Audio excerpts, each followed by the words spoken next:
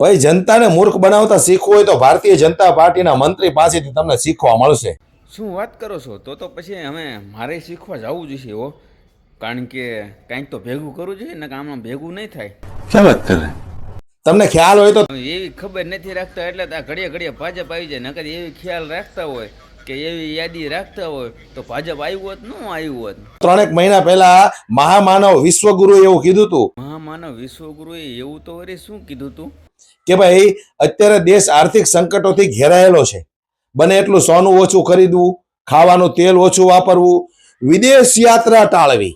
હા સમજુ, હવે યાદ આવ્યું લ્યો કે કીધું તું. એ વાત તો સાચી હો. ના કીધું તું. પોતે પ્લેનનું ભૂંગળું ઠરવા નથી દેતા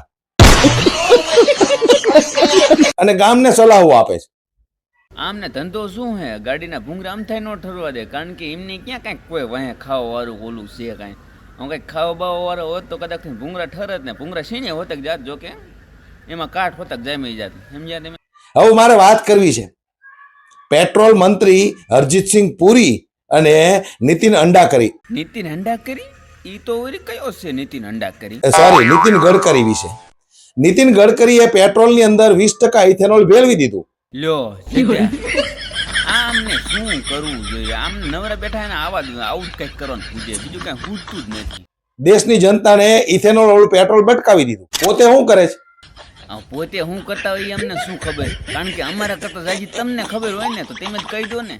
પેટ્રોલ થી ચાલતી ગાડી ઘરે પાર્કિંગમાં મૂકી દીધી. હવે ઘરે મેકી દે ને, ભલા માણે પેટ્રોલના ભાવો દેવડાય, ઘરે નો મેકી દે.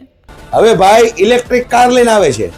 એટલે મારો કહેવાનો મતલબ એમ છે કે ઇથેનોલ વાળું પેટ્રોલ માત્ર જનતાને ભટકાવવા માટે જ બનાવ્યું હતું. એ તો જનતાને જ બટકાવે ને. ઈવડા થોડા વાપરે, ઈવડા વાપરે તો ભલા માણે એમને કંઈક ગાડીઓને નુકસાન ન આવે. એમની ગાડીઓ પાર્કિંગમાં મૂકી દે ને પછી શું કરે? તમે એમ કહો પાર્કિંગમાં મેકી જ દે ને પછી ભાઈ. કારણ કે ઇથેનોલ વાળું પેટ્રોલ થોડું કાંઈ ગાડીનો એન્જિનના મેકે કાંઈ. એ તો હજી રહ્યો હજી આવવા દો, હજી પછી ખબર પડશે. હજી બધાને જોવો તેમ હોન્ડા એને ગેરેજમાં જ મેકવા પડશે વધારે ભાઈ. બેટરી વાળી ગાડી લઈને કેમ ફરતા થઈ ગયા? એટલે નીતિન ગડકરીને અમારે કેવું છે કે ધર્મેન્દ્ર પ્રધાન પછી તમારો વારો નો આવી જાય, ધ્યાન રાખજો, ઝપટે નો ચડી જતા.